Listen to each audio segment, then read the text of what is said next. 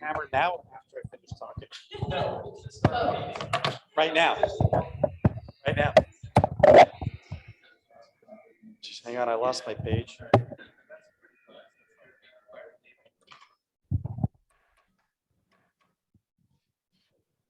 Good evening. I am the sitting in Sergeant of Arms, and you can tell I've never done this before based on how poorly I just banged the gavel, but nevertheless, it's a learning experience. I'm Eric Laxer, and I'd like to call this meeting to order and welcome everybody to our Queen City Toastmasters meeting this evening.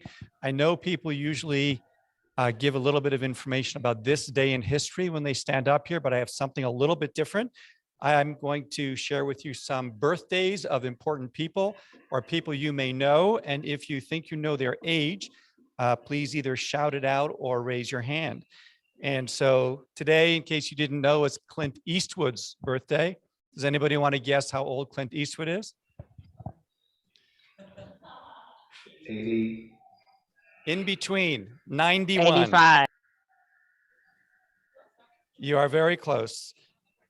And Will, do you want other important birthday or recognizable person? Does anybody know who Joe Namath is by any chance? Jets quarterback. Do you want to guess how old he is? Very close. Joe Namath is 78. 79.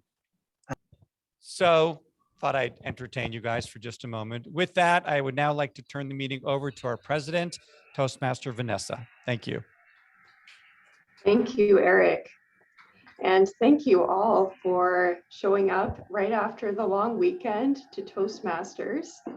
Great to see so many of you on Zoom and in person. And it looks like we may have some guests joining us. And one of our traditions at Queen City Toastmasters is to give our guests a chance to say hello, introduce themselves. And for those who are new, my name is Vanessa Waller. I'm president of the Queen City Toastmasters Club here. And I think I see, and correct me if I'm wrong, I think I see some new faces in person. And then we've got some folks on Zoom as well. Looks like there's an iPhone. I don't know if that's someone else, but we have Sonia and Phyllis joining us on Zoom. Welcome to Toastmasters. And I think we may have some people in person as well, but if you don't mind, we can start with the Zoom people. Would you all like to introduce yourself and tell us how you found us and your interest in Toastmasters?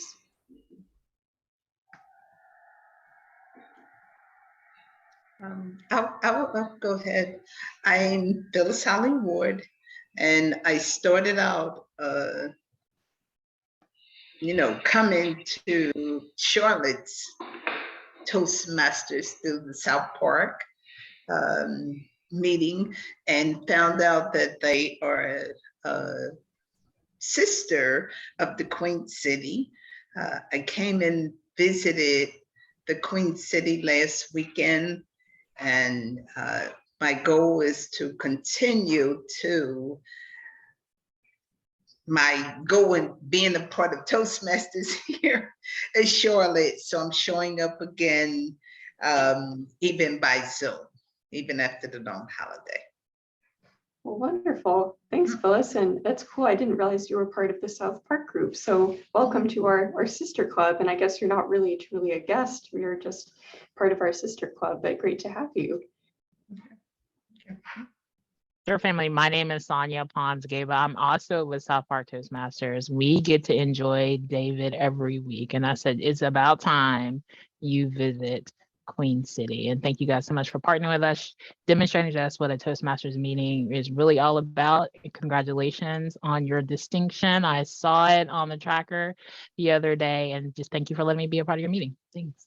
Wonderful. Well, thank you, Sonia. Again, I realize I guess you're not really truly guests, but we're so happy that you are joining us. And I'm glad that we have you all as our sister club.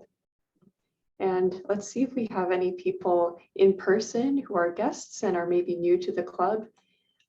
Usually our VP of membership, Dr. Harvey, will help us introduce guests. So Dr. Harvey, if you have the microphone, feel free to pass that around and you can meet some new people.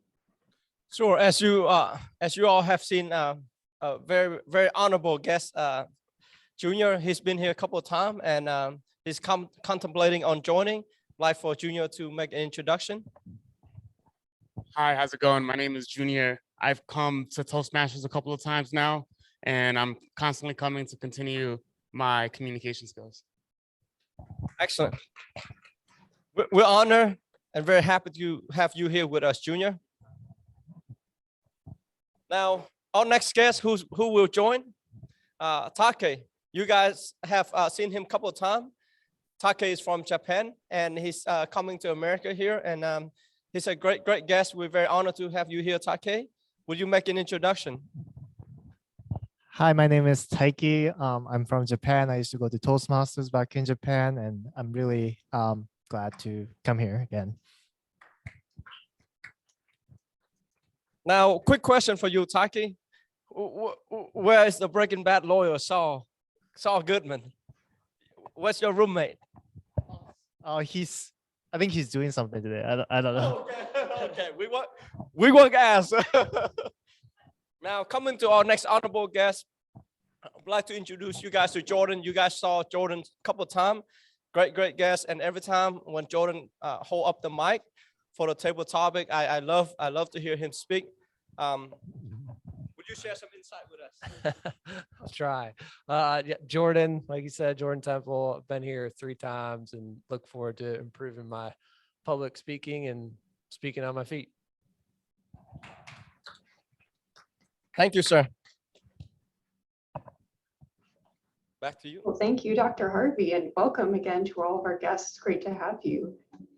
I know we have a couple awesome speeches lined up for tonight. So to get us started with our meeting, I want to turn the meeting over to a Toastmaster who will be guiding us through and kind of emceeing our meeting, so to speak. And that is our immediate past president, David Jones. So let's welcome David. Thank you. Thank you, Vanessa. Appreciate it. I'm David Jones, and I'll be the Toastmaster of the night. And my theme is Taco Tuesdays. Now, it's not what you all think. Has nothing to do with food. Has to do with words and phrases that we just regurgitate, that we just say normally for whatever reason. We don't really know what we're going to talk about to somebody or how to greet them, and we feel we need to say something. So we'll be like, hey, it's Tuesday, Taco Tuesday, or thank God it's Friday, or it's Wednesday, it's hump day. We always have to just say something, and we're uncomfortable. We don't know what to say. It's sort of like saying good morning. Not all of us have a good morning, but we're obligated to return the response by saying good morning. We're not going to say, my dog went to the bathroom on the floor, or I ran out of coffee before I left the house. We have to say good morning. We can't just ignore it. And it's just the way we communicate. If you say good morning to me, as I've gotten older, I will tend to go, okay, it's morning. Good morning to you. But if it's like 12:03, I'll be like, yeah, you mean good afternoon. We're the most advanced species, but we're kind of weird when it comes to our greetings and how we feel we need to talk to other people. And that's why I was thinking about Taco Tuesday. And I wanted to know what the origins were, because we're just so used to saying it.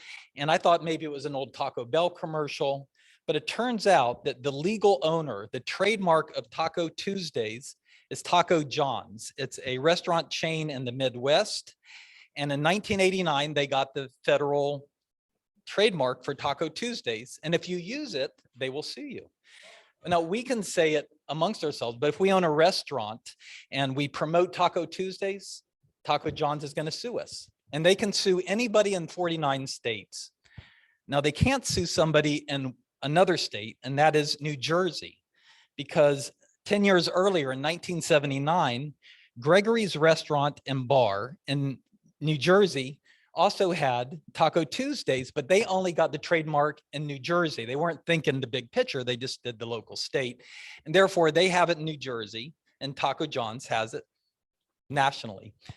Now they weren't the first ones to think about it. Actually, it started in 1933 at the White Star Cafe in Texas. And back then they called it Mexican Tacos Each Tuesday. Now, if you think 1933, that had to be a really big deal. I mean, they must have went crazy when they found out it's like Mexican tacos on Tuesday. I mean, literally, they would all dress up like Dr. Harvey and go to White Star Cafe. I mean, that was a big deal back in the 30s to go out to a restaurant. Shortly thereafter, a long time thereafter, in South Dakota in 1973, there was a restaurant called Snow White's Drive-In, and they actually coined the phrase Taco Tuesdays, but they didn't trademark it. When Taco John's came along, they said, you have to stop using it. And I'm assuming that Snow White's Drive-In had some other trademark issues with Disney other than worrying about Taco Tuesdays. So that is the backstory to how we have Taco Tuesdays. And I just thought it was interesting because we all just pay lip service to these type of phrases. With that, we have two speakers tonight. So I want to start with our role holders, not people, but we're going to first start with our inspirational speaker. She is a great speaker. She's with South Park, and that is Miss Sonia Pons. Thank you so much, David, for the great introduction and welcome and congratulations again, family, on your distinction, which leads me to this. Now, I'm from the great state of Alabama. We don't really do tacos. We do chitlins. Don't ask. I hear it tastes really, really good. I've never had it. But I chose a quote from one of our famous individuals, and not Cam Newton, even though he went to Auburn War Eagle. Her name is Helen Keller, and she said this: keep your face to the sunshine and you cannot see a shadow. If you will call Toastmaster International today, you will be on hold for a very, very long time because there are a few area directors that are furiously trying to get in their area reports, even though it was extended, in order to qualify for the DCP.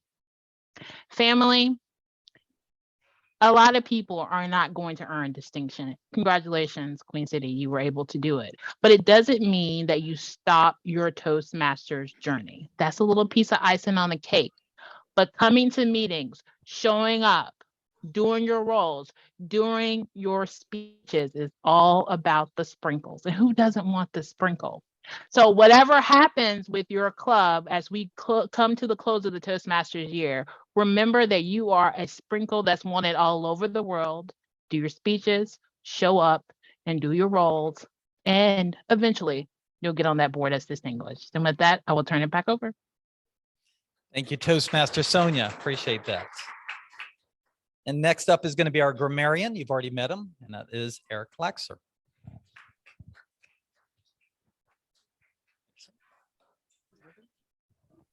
Thank you, Toastmaster David. I will be fulfilling the role of grammarian this evening. As grammarian, my role is to identify and report on everyone's use of filler words.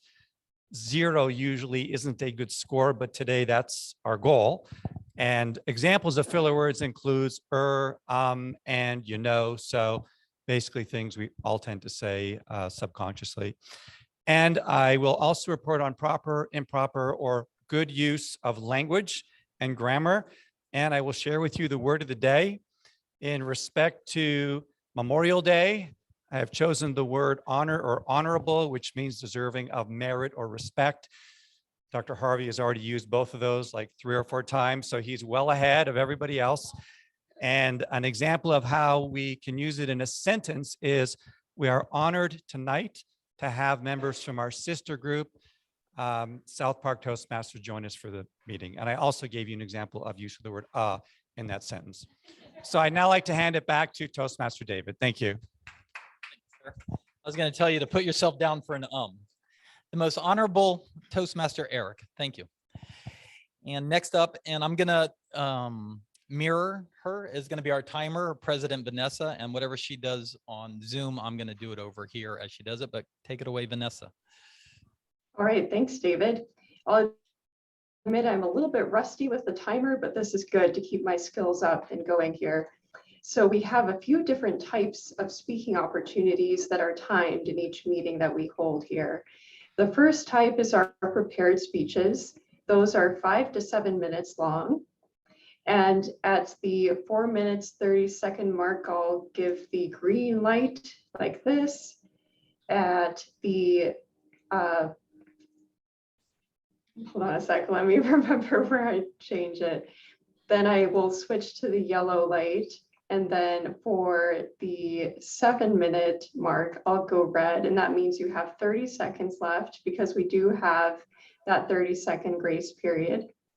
It's a similar timing light situation for our other types of speeches. We have short table topics, which are 1 to 2 minutes. So at the 1 minute mark, I'll go green. Then I will go yellow at the 1 minute 30 mark. And then at 2 minutes, I'll go red. And then you have 30 seconds, not 30 minutes. And finally, we have our evaluations, which are 2 to 3 minutes long. So at the 2 minute mark, I'll go green here. Then I will go yellow at the 2 minute 30-second mark. Then finally, I will go red at the 3 minute mark. And you can see a theme here that the red indicates you have 30 seconds to wrap up your speech.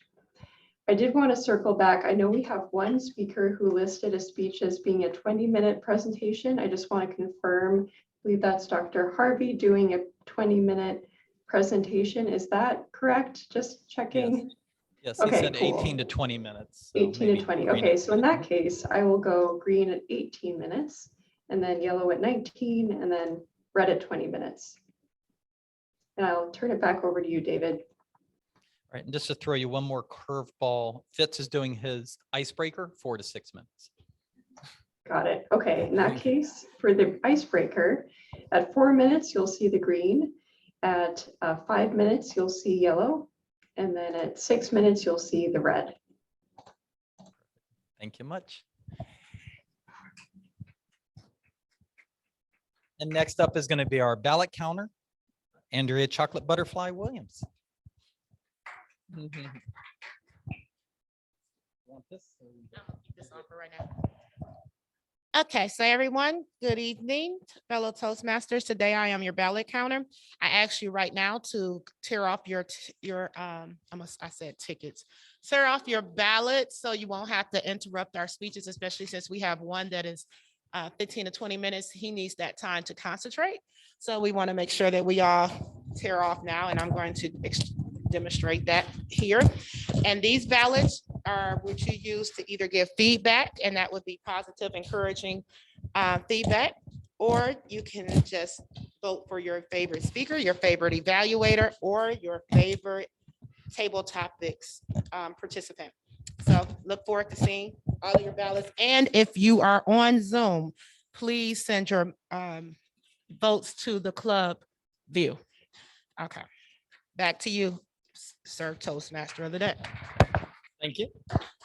Thank you, Madam Ballot Counter. I know you dropped everything when you walked in too. All right, before we get to our speakers, I want to bring up one more cliche or phrase that we say, and that of course is Wednesday, which is hump day. Yeah, I'll just leave it. I'll just leave it at that. We mostly think of that as from Geico. You know, they did the commercial with the camel in the office, and it actually goes back to 1965 at the DuPont Chemical Company. They phrased the word or made the phrase hump day, and they talked about it being the halfway point of the week.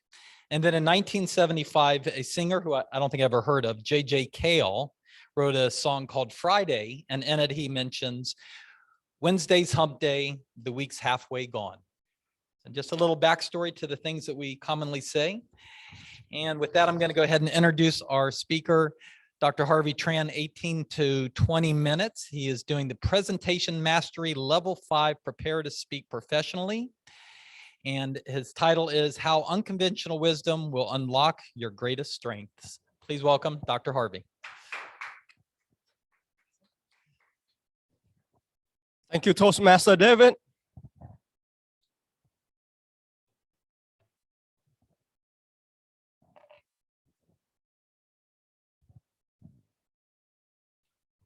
Yes.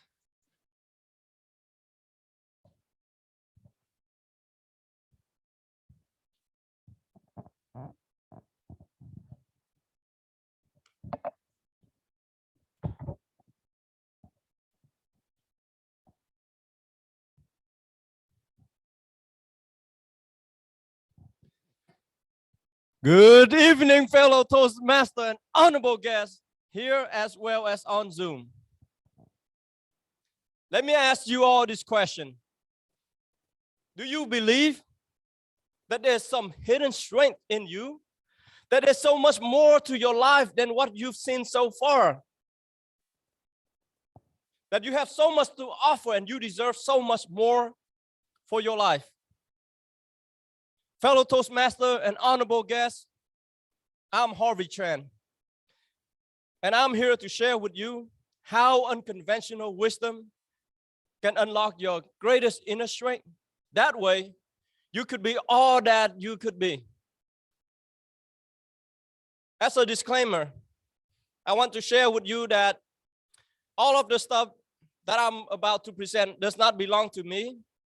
They are the culmination of the wisdom, the insight, the experience of all of my various mentors, one of whom is David Jones, as well as my father figure, the GOAT, or the greatest of all time, as Andrea likes to call the GOAT. The other thing is that I'm not providing you professional investment advice, professional medical advice, so don't sue me. I have my disclaimer. Let me ask you all this. What do you think is conventional wisdom? Can I have someone who give me a definition of conventional wisdom? Here as well as online.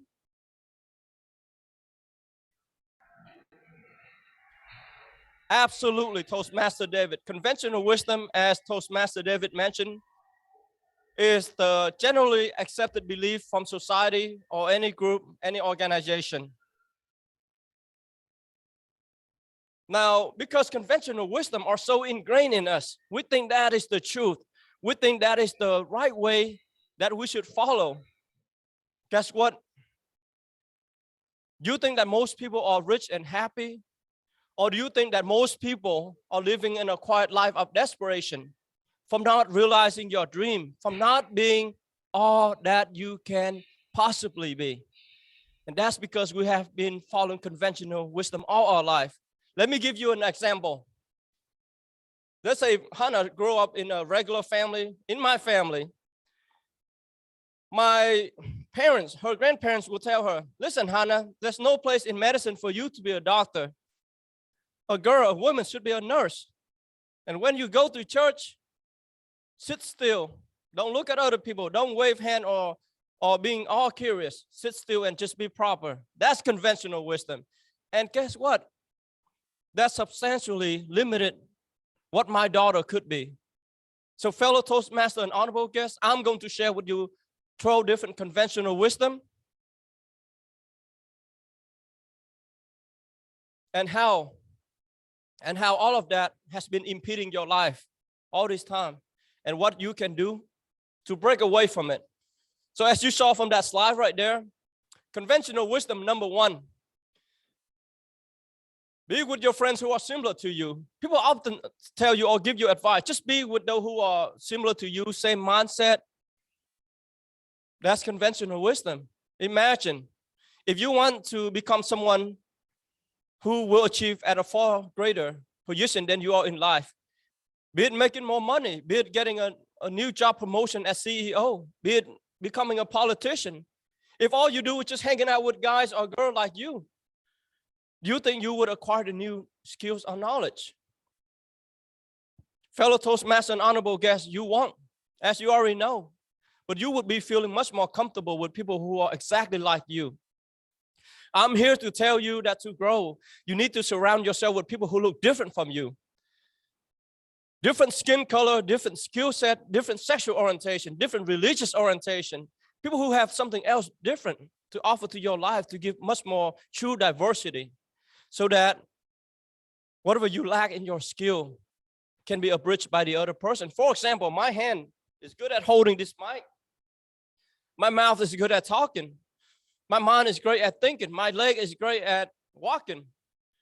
They're all different from one another, but together, that's what makes the person great. That's what will make your life great. So for this unconventional wisdom, one of my mentors said, show me your friend and I'll show you your future. He does not mean that you should be surrounding yourself with people like you. What he recommended is just exactly what I just depicted. Conventional wisdom number 2. As we all know, family want us to succeed. Our family love us. My parents love me. My brother, my sibling love me. Now imagine this. If you want to break the mold away from the tradition, be it Vietnamese tradition, Catholic tradition, African-American tradition, Hispanic tradition, how do you think your brother or your sister will feel seeing you achieve so much success? You change the way you look, the way you talk, the car you drive, the place you live. They love you. That's the fact. But then now seeing your success, they have no reason for their own excuse of living a life of quiet desperation. Just like that picture up there, if you put a bunch of crab together in a bucket, do you think that you would need to have a lid? Absolutely no, because when you start, one crab start to climb out, the other one will pull down. Calm down here. That's just exactly how it works. So love your family.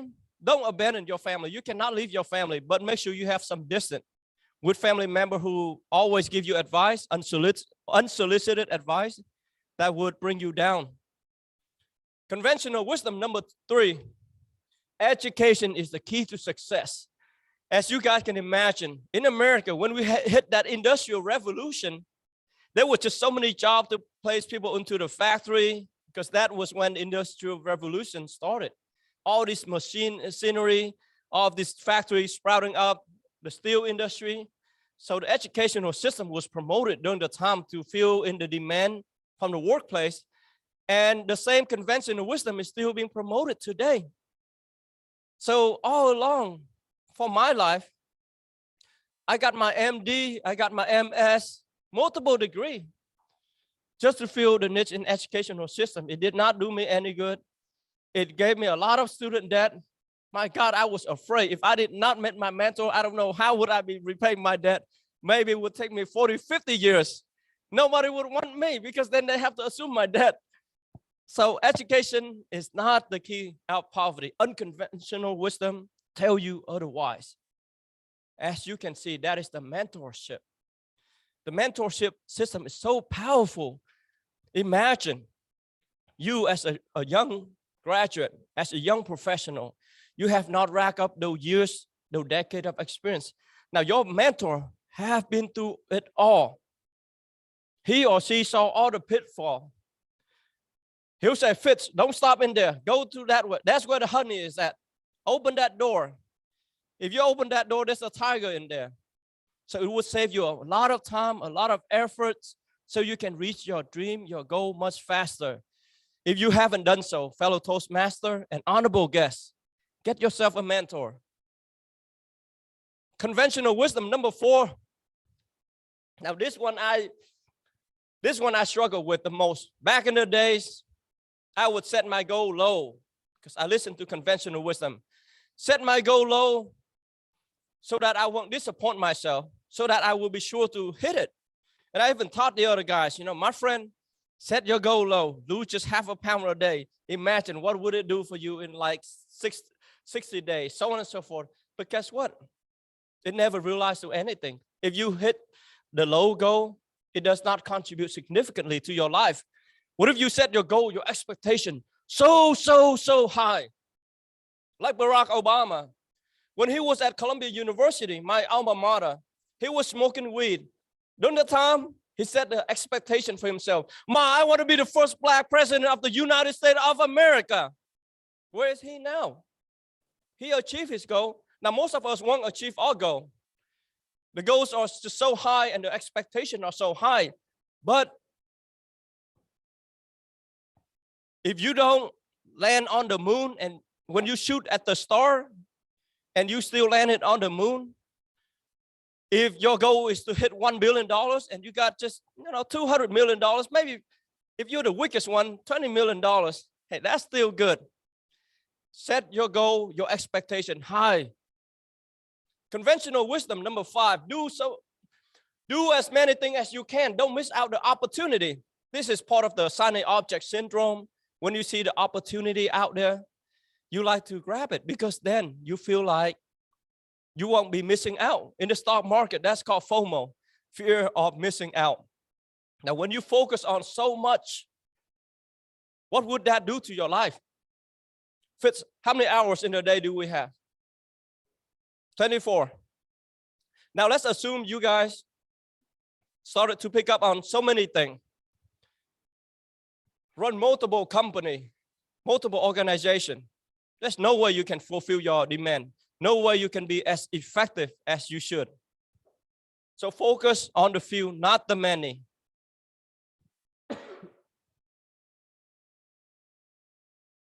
Just FYI, I don't have COVID. I just ate the potato. It make the Pringle. Once it pop, it just doesn't make you stop coughing.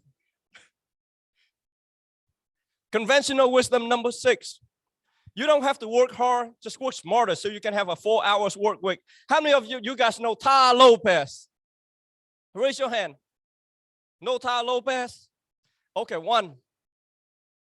So all of those guys online, now Ty's moved on. Back now he's starting to roll up and buying companies. But back in the days, Tai Lopez and those internet entrepreneur, and they make a couple $1 million back then. They make far more now.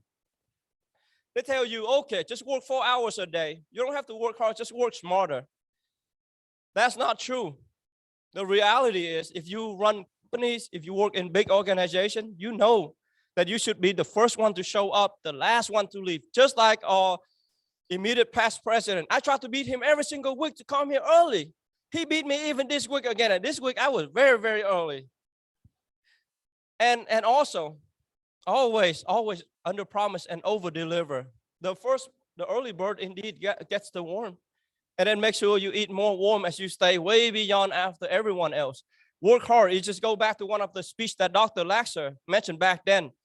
One of the secrets to success is that you have to work hard. I mean, there's just no shortcut toward hard work. Conventional wisdom, number 8, said that you can do it by yourself. Me, I like to be standing on my own hill, to be the king of my hill.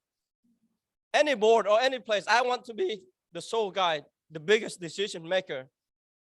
And when you have that mindset of ego flying alone, you tend to dismiss other people. That will come back to haunt you.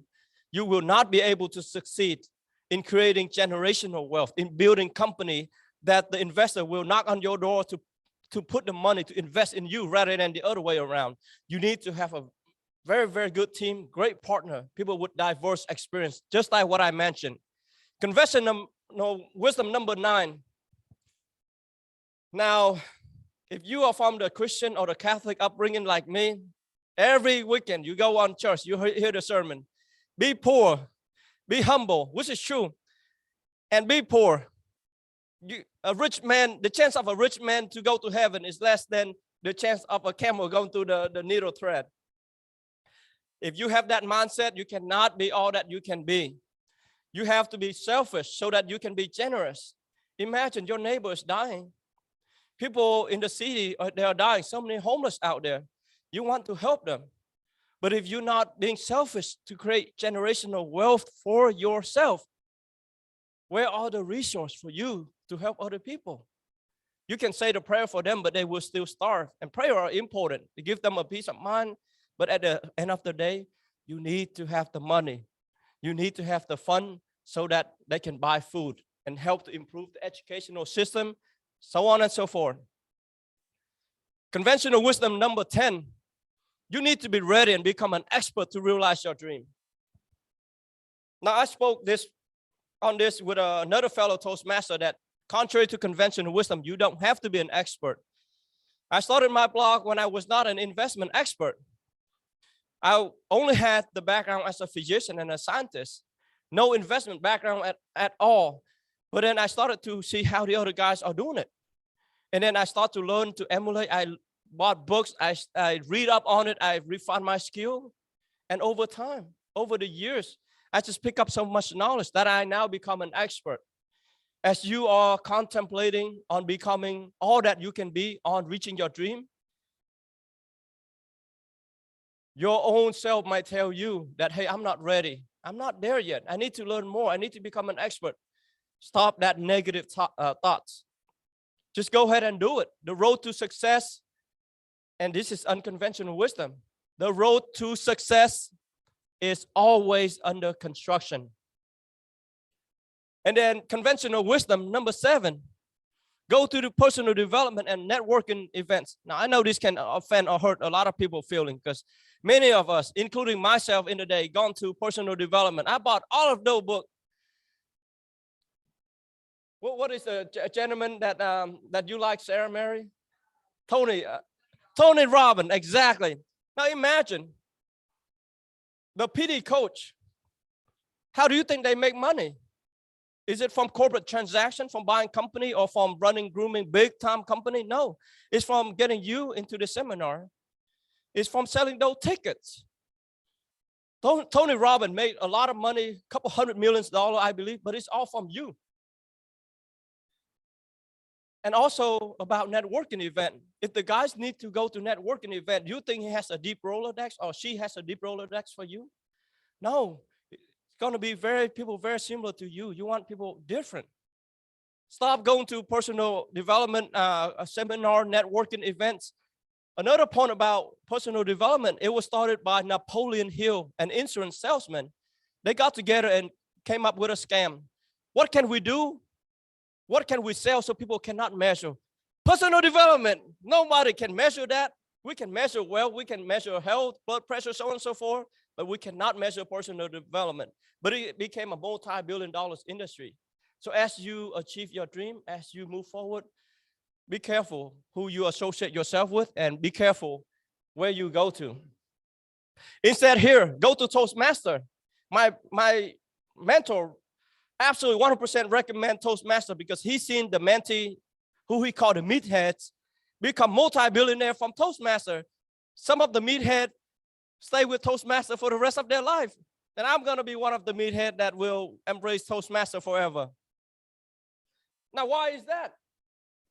Not because I have the utmost respect for you all, for David Jones, for Sarah Mary, for Dr. Laxer, for Andrea, for all of you guys, for Alan.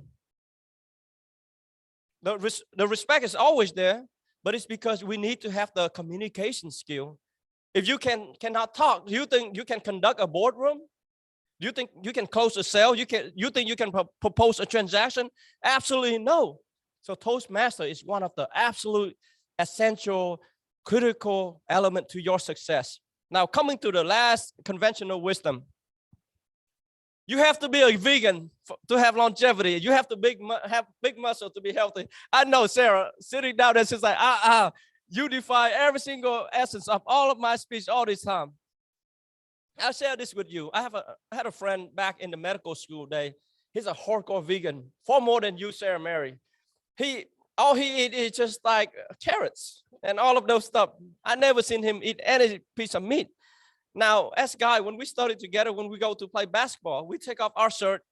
And I saw his skin is sagged down so bad, like he's worse than my grandfather. And because when you go completely vegan, you miss out on the essential vitamins and mineral or the ingredients. For meat, for example, vitamin B12, you can go beyond 6 months, but after that, your body will tell you that, hey, that is missing something, and it could affect your neurological function as well. The unconventional wisdom approach is to exercise daily for strength and balance and eat a variety of fresh food. It's okay to have a pizza. It's okay not to have a six-pack, but you can still live a very, very, very long life.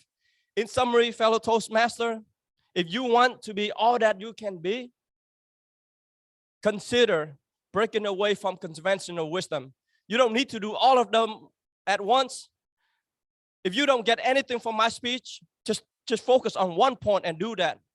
And you will be thankful to yourself that you've done so.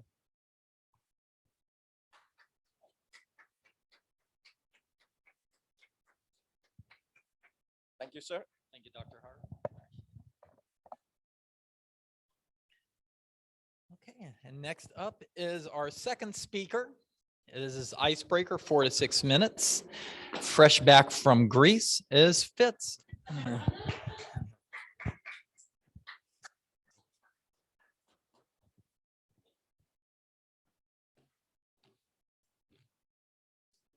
Thank you, Toastmaster David, for that great introduction. Welcome, fellow members, honorable guests, those attending in person and online. I hope everyone had a great Memorial Day. Mine, it was very event packed. I did some jet skis, I did a boat. Did someone say Titanic, by the way? I'm sorry, terrible icebreaker. My name is Fitzgerald Light. My friends call me Fitz. I'm 25 years old. I joined Toastmasters about 4 weeks, about a month ago. And I am doing my first speech today on myself, and it's an icebreaker. So the first key thing that I should tell you about myself is that I'm an avid traveler. I've been to Jamaica, Mexico, Virgin Islands, Spain, Greece, Colombia. I'm planning for Switzerland in August, and I'm doing London, Paris, and Amsterdam for New Year's. Now, coincidentally, if you take my first initial, F, and my last name, Light, you get the word flight. So for all of my jobs, it's always been flight@job.com. And so my speech title for today is Catching Flight. So I hope all of you have your passports ready. I'm about to take you on a journey through my life. First, we're gonna go to Florida. I'm sorry, Dr. Harvey, you might be a little hot, but we'll try to find you some swim shorts. We're gonna do a layover in Nashville before coming to Charlotte. And we're gonna have our final destination be in sunny California. So first, starting off in Florida, I'm originally from Jacksonville, Florida. I have 3 younger brothers. I graduated high school at 16 with my associate's degree. And following that, I went to Florida State University majoring in economics and finance. Now, my second year there, also my last year, I created a tech startup named TWEB. It was a mobile application that helped students share information around campus. Now, unfortunately, I realized that cash flow is king and the business didn't go as well as I wanted it to go. However, I was able to learn a lot from that opportunity and I leveraged that for my next experience. So after graduating college at 18, I went to Tampa for a year before attending Vanderbilt's Master's in Finance program in Nashville, Tennessee. And then following that, I came to Charlotte. Well, I moved to Charlotte to do investment banking at Bank of America. So I've been in Charlotte for about 4 years now. And in that time, I've been able to explore my passions, develop my goals, and find my ideal job. But first, let's start with my passions and goals. So my first passion is real estate. I acquired my first property in June 2020 in university area, and I'm currently building my second development right now in Lower South End. Hopefully I close that in July. Fingers crossed. This labor market and construction market has not been great for me. My goal for the end of 2023 is to have 10 doors. So if you know anyone that's selling a multifamily property, 2 to 4 units, please let me know. My second passion is to be a good speaker.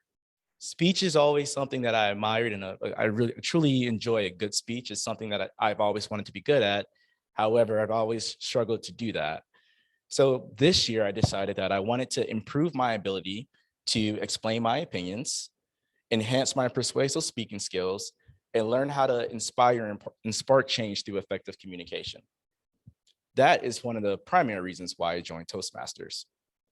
Outside of my personal reasons, I also joined for family. As the oldest brother of 4, I like to lead by example. That example being, you should always, and I mean always, be sharpening your skill set, especially communication. Not only does effective communication help in building relations with others, but it also helps in creating wealth. And a goal for my family is to build generational wealth. As a minority, it's not common for wealth to be passed down. And I want to change that with my generation to be able to build that foundation now. Another goal of mine is to make an impact on my local community and government. However, in order to do that, you guessed it, great oration skills are also required. And lastly, I joined Toastmasters for professional reasons. I mentioned earlier in my speech that I found my ideal role, and it happens to be in my favorite passion, which is technology. So now we're going to travel to Silicon Valley, California. I'm currently in venture capitalism.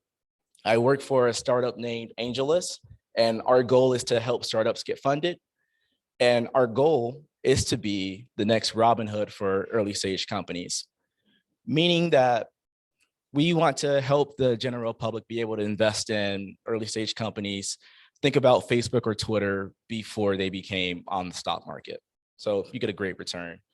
One thing about the VC and the tech space is that it's a very expressive and social community. And it's very important that you're able to convey new ideas, explain your investment decisions, as well as make new relations for future investments.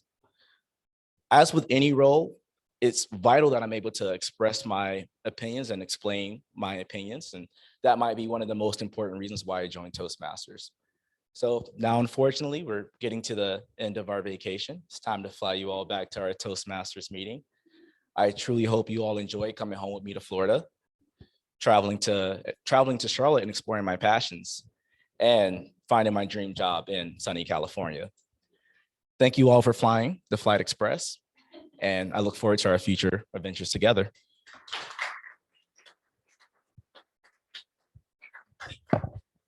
Thank you, Toastmaster Fitz. My family has been following your footsteps. My older daughter went to Florida State. My younger daughter went to University of South Florida in Tampa.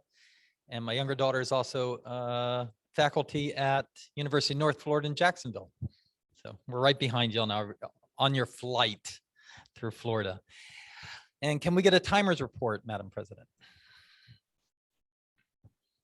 Definitely, yes. So I'm happy to say both our speakers qualified.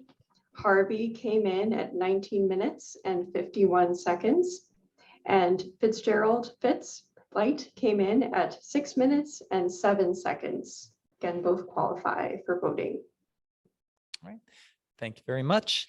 And for those of you online, if you want to send your ballot to the club view, private messenger, and we'll get that.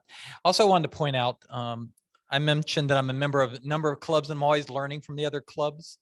And when I lived down in Florida, because I'm from Miami, we would call shopping carts, but up here they call them buggies. And this evidently is not a podium. This is a lectern. So I learned this is called a lectern. So if you call it podium like I did, that is improper. That is a lectern. And with that, we're going to turn it over to our table topics master, a new homeowner as well, Toastmaster Colin.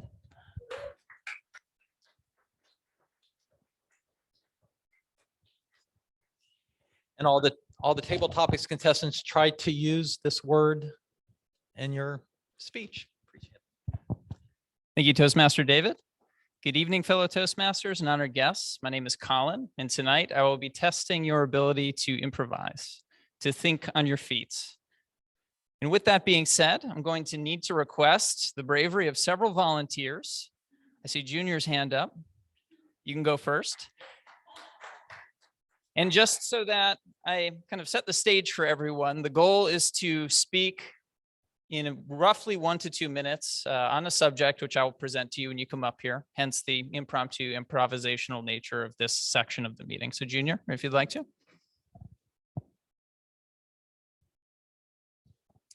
So Junior, I would like to know, are you pro or anti-cliche?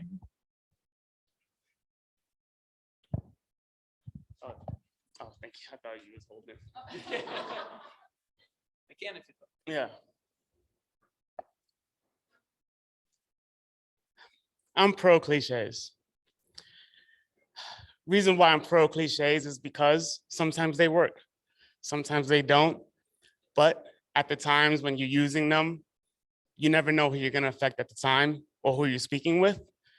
And you're speaking to different people. Sometimes people get things differently. Sometimes people don't know it's a cliche.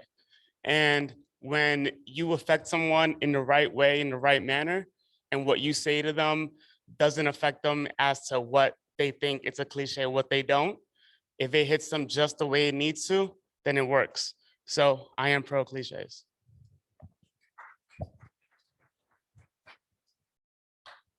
Thank you very much, Junior. I'd like to solicit the participation from one of our esteemed guests or members online. Is there anyone on Zoom who would like to participate in table topics?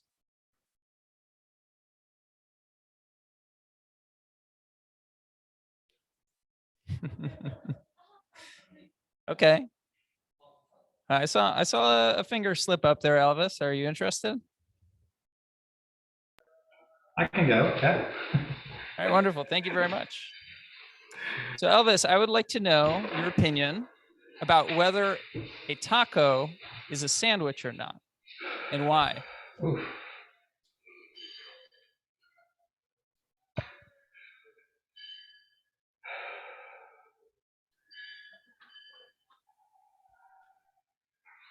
That's a good one.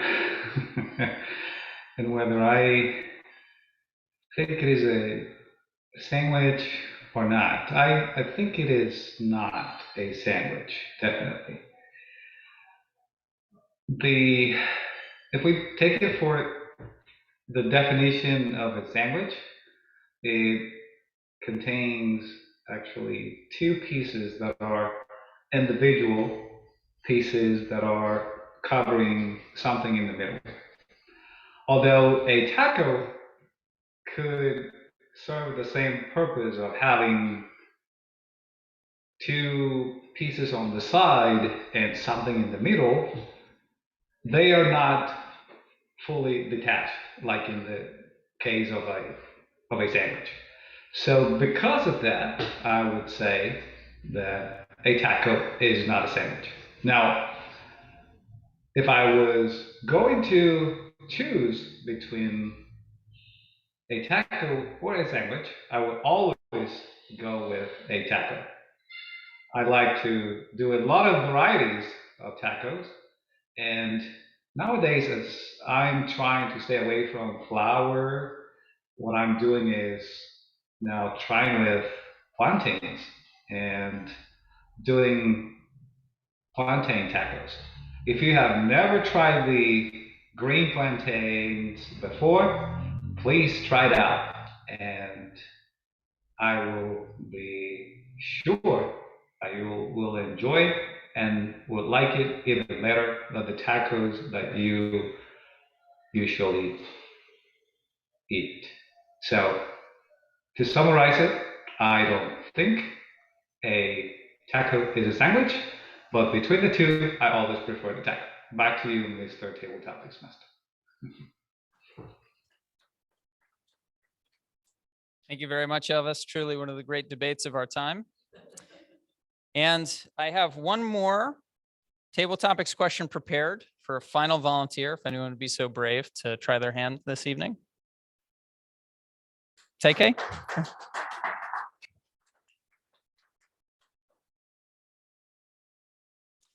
So this final question I prepared with kind of an American scope in mind. However, being from Japan, I certainly welcome you to think more broadly and share anything from your home country with us. So just as a preface.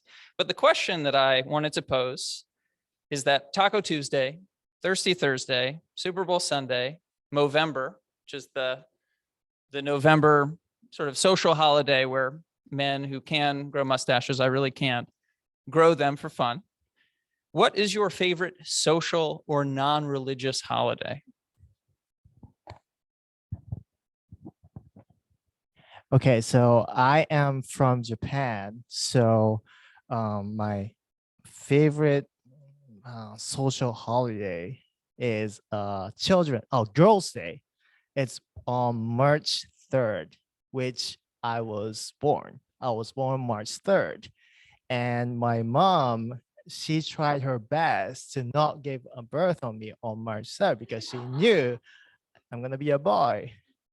So yeah, but I was born March 3rd, and when I was younger, people teased me because I'm a boy, but it's a Girls' Day. So, but it's still big day for me. Okay, thank you.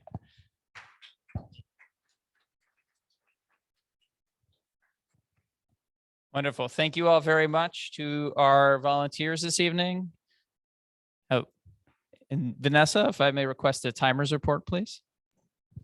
Yes, so our two guests, Junior and Take, both came in a little bit under 1 minute. However, we have a rule at Queen City Toastmasters that guests get a free pass with time, especially if they speak for more than 30 seconds. So I will say that both our guests qualify. Elvis came in at 2 minutes, 1 second, and he also qualifies.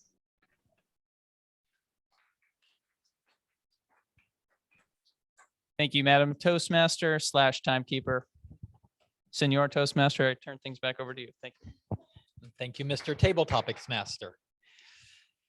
And now we're going to go to the Honorable Great Debater for the taco sandwich issue, and that would be Elvis, who's going to be our general evaluator. And Elvis, take it away. Thank you, Mr. Toastmaster. I'm honored to be your general evaluator tonight. As a general evaluator, I will have the pleasure to introduce the evaluators who will be giving the personal evaluations for the speakers tonight. And I would also be giving a general evaluation of the meeting as a whole. I would also be calling upon the grammarian for the grammarian report as we are getting to the conclusion of our evaluation session. So without further ado, I would like to introduce our first evaluator who will be evaluating our first speaker, Dr. Harvey Tran, and the evaluator is Toastmaster Alan. Please give him a round of applause. Thank you, Alan.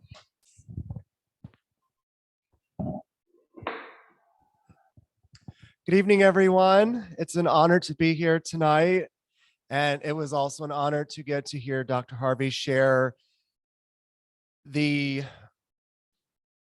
capstone speech in a pathway. For those of you who are new to Toastmasters or guests, it takes 15 speeches to complete a pathway. So you just heard speech number 15.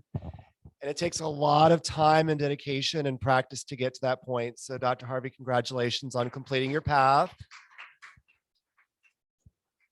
The speech was very well structured. He told us in the beginning what he was going to tell us, told it to us, and then recapped it at the end. Harvey did a great job engaging the audience several times with a question, and then gave us several calls to action, not just at the end, but throughout the speech, and did an excellent job of tying in all the different unconventional wisdom points to Toastmasters.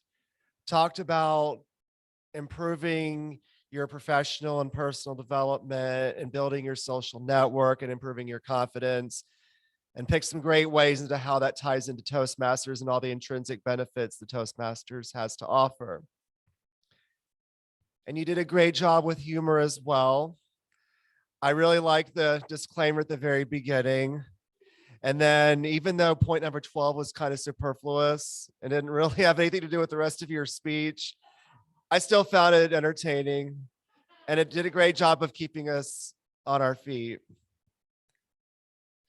If you decide to give the speech again, I would strongly encourage you to slow down and use more pauses in between your speech, because you definitely kind of fire away when it comes to delivering your points, and it can sometimes be a little hard to keep up. By pausing, it would give us a chance to absorb what you've told us. And it would kind of also mitigate some of the double clutches that I heard, and just give yourself a little bit of a break, give yourself a chance to breathe. And then, although those were very good points, for a speech, I think I would try to pick 5 or 6 that really are the most important ones, or try to figure out how to combine some of them, because that is a lot to remember. And don't feel like you have to get everything out in your speech. I know you were talking quickly and you did manage to come within your time, but at the end of the day, we have absolutely no idea what you were or were not going to tell us. We will only remember what came out of your mouth. So on that note, Dr. Harvey, congratulations again on completing your pathway, and thank you for sharing your speech with us, and look forward to hearing more from you in the future.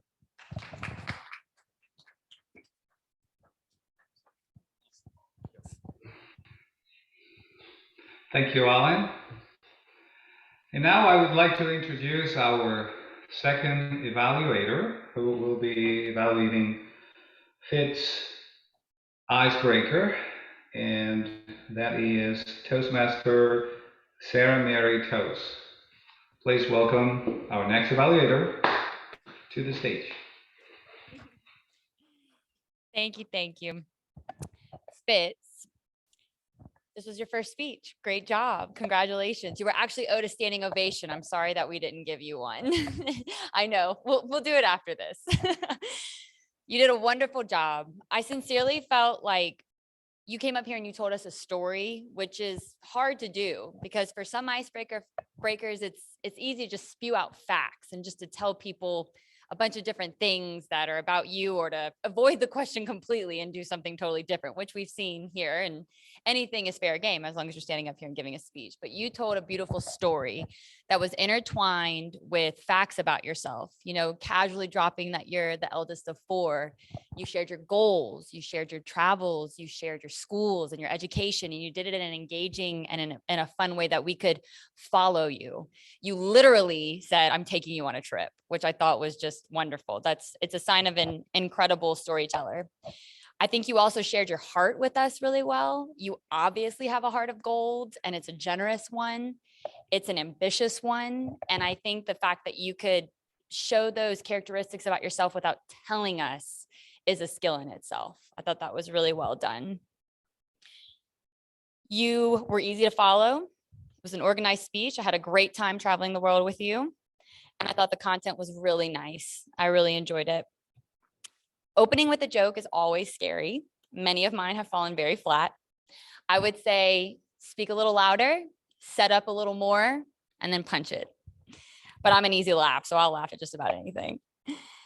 Vocal variety. If you're going to challenge yourself in any way for the future, really, I think the only things at this point that you should really work on are vocal variety. Your eye contact was definitely on point. You had no problem looking at everybody in the room, which, again, a very scary thing to do, especially on your first speech, but you did a great job. You spoke in a monotone level, so working in ways to elevate your voice and working in ways to maybe come lower, and that'll cue people into different parts of your journey, and that'll make us like tune in a little bit better. And then move around, and that's going to take some practice. That's going to take some getting used to. A lot of us rely on notes. I rely on presentation slides. This is all normal while we're learning kind of how we flow up here. But eventually, you know, step away from the podium, come forward, use some hand gestures, all just different ways to keep people in tune. But that's the only way to just challenge yourself for the future. Overall, it was a fabulous speech, and I had a great time traveling the world with you. So congratulations.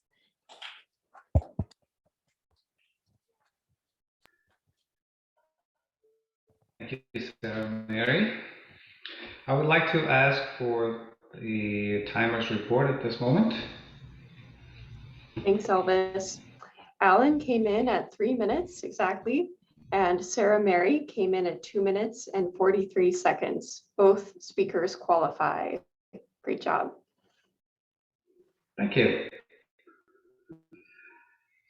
And before we go into the summary remarks on this session, I would like to call upon our grammarian, Eric Latzer, to give us the grammarian report.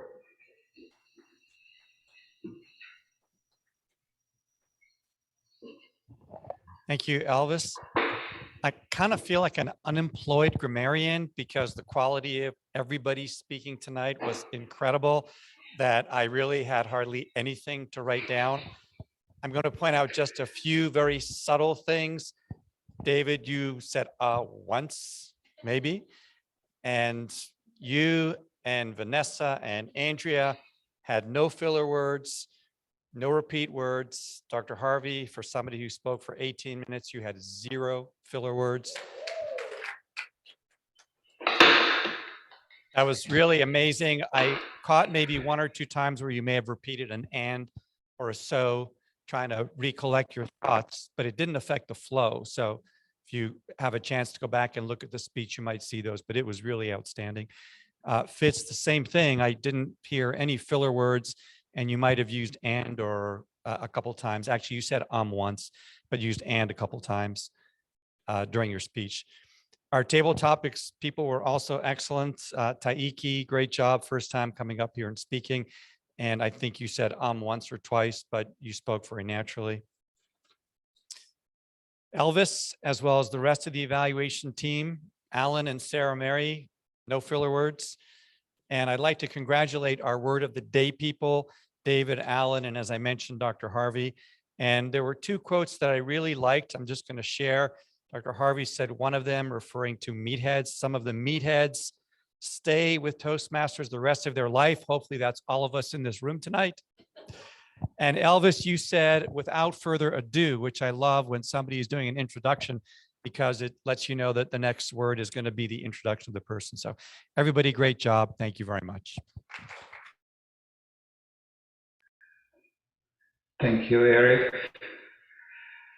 Definitely not an unemployed grammarian, after all. Very good points.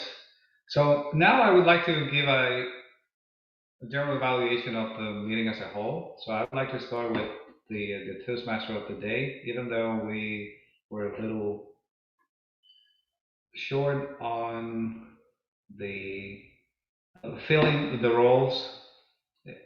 There were like 2 at the end that were actually completed, and we were able to have our full roster for the meeting. So kudos to the Toastmaster for doing the meeting started on time, despite we having little glitches at the beginning, but it was started on time, which is a good thing. Eric, as a sergeant of arms, you started mentioning that even though you didn't have a synopsis for the day, you wanted to start sharing something, and actually I think it was a very good icebreaker or introduction by asking the questions of ages of people who were somewhat familiar to some of us. That was a very good way to start. The introduction to the guests, it's always good, and that's something that was followed, and it's always very welcome. So very well done, Vanessa and David also helped from our VP of membership as well on that area. The Toastmaster thing, I think it was really very ingenious, very interesting. I shared in a previous meeting that I always learn something new from these meetings, and it's the main reason why I keep attending these meetings. Is there's always something to learn, and I always have the goal to learn something new every day. So I didn't know anything about this Taco Tuesdays and all the history and the back history that you share, David. I thought it was really very interesting, fascinating story. The inspirational speaker, Sonia, thank you so much for sharing your thoughts and congratulating our club and being part of our journey. So thank you so much for offering and volunteering for that. Our grammarian, again, a honorable Toastmaster who introduced an honorable word today. Very well done. Timer, as usual, and as always, Vanessa, very good job, also with the timing. Even though you said that you were a little rusty, you kind of applied the same concept of the learning to ride a bike, where you just, after the first 2 pedals, then you kind of got the rhythm. So very, very well done. Speakers, I don't have to say much about the speakers more than the evaluator said. Wonderful speeches, both Dr. Harvey and Fitz. Table topics calling always surprises with a very interesting, different way of doing table topics. So this was not different. And I would like to congratulate you also for a very well done table topic session. The general evaluator had to also evaluate the evaluators, Alan and Sarah Mary. You both did it on time, very well done evaluations. You pointed out the good things. You gave some points for improvement, which is one of the most important things for us to grow is to actually know the things that we can improve upon so that we can then do it better the next time. So you did all that, both of you, excellent work. And ending with the preliminary report, again, Eric, very good job. I think we had a very good meeting. And even though we are past like 10 minutes past the time, I think overall we had a fascinating, great meeting. Back to you, Mr. Toastmaster. Thank you, Mr. General Evaluator. And we are running over a little time, but before I do that, for those of you who don't know, the founder of Toastmasters is Ralph Smedley, and he has a bunch of rules called the Smedley rules. And Sarah Mary reminded us of one, that whenever we have an icebreaker, we always do a standing ovation. So even though it's a little late, if we could congratulate Fitz on his icebreaker. So congratulations, appreciate it. That's one of his rules. We always acknowledge them. And with that, I'd like to turn it over to our ballot counter to find out how the results were. Oh, sorry. Okay. All right. So as I said at the top of the meeting, you got a chance to participate, even if you didn't speak today, because you got a chance to vote. So for best speaker today, and I want to do something fun. Hopefully you can hear that.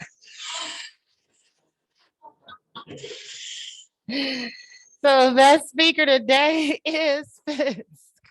Congratulations.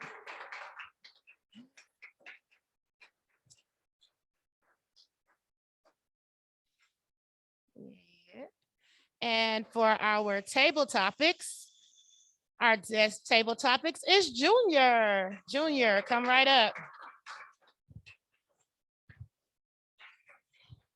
Shut up.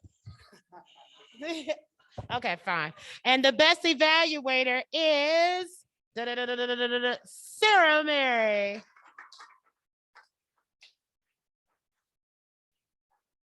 And now back to you. It's been my honor to be your battle counter today. Thank you much, Andrea. And back to you, Madam President Vanessa. Thank you, David. And thank you again, everyone, for coming out tonight. Before we wrap up, I usually like to say, invite our guests to say any comments or ideas they got from the meeting. I know we have a couple South Park Sister Club members on Zoom with us, and we also have a couple guests in person. Would any of you all like to share any thoughts or ideas from our meeting tonight? Hi, this is Sonia with South Park. I have to tell you, I've never been afraid to try to raise my hand for table topics because this club is advanced like none other. I have to step up my game to come hang out with you guys here at Queen City. Fantastic, fantastic job. And the thing I'm going to take away from this meeting is from Dr. Harvey, where he says that the road to perfection, I believe it was, is under construction. I am going to take that everywhere we go. We're still under construction. So thank you so much for allowing me to share. And fantastic meeting. No wonder you're presidential distinguished. Fantastic. Thank you. Well, thank you. And thank you, Sonia, for filling in as our inspiration joke master as well. Did an excellent job. So I would just like to share that I had the wonderful opportunity to attend the Queen City meeting in person last week. And I was excited to see the other end doing it by Zoom. And I will just share that you guys did not disappoint. And I want to say congratulations to Dr. Harvey on doing his 15 speeches, absolutely wonderful. Such an inspiration and encouragement for me to get back involved in Toastmasters. Thank you, Phyllis, for joining us. Good to see you back again. And I think we have a couple guests in person. If either of you would like to share anything before we adjourn. Hi, Jordan, would you share your insight and comment on our overall meeting? I thought it was a great meeting again. You guys always, it's really impressive. all the speakers that go up there. It's really difficult to do. And from the first speech, which did not seem like a first speech to me, to you, I've seen speak a few times, and I feel like I always leave just jonesed up to go take on the world. So I appreciate what you guys give to us as visitors. Thank you. Now, thank you very much, Jordan. Coming from someone with your such robust background, that means a lot to all of us. We're very honored to have you here with us. Now, our next guest, Take, would you like to share your insight with us? Yeah, thank you for having me today. It was great speeches and it was very inspirational. And yeah, I would like to join this club.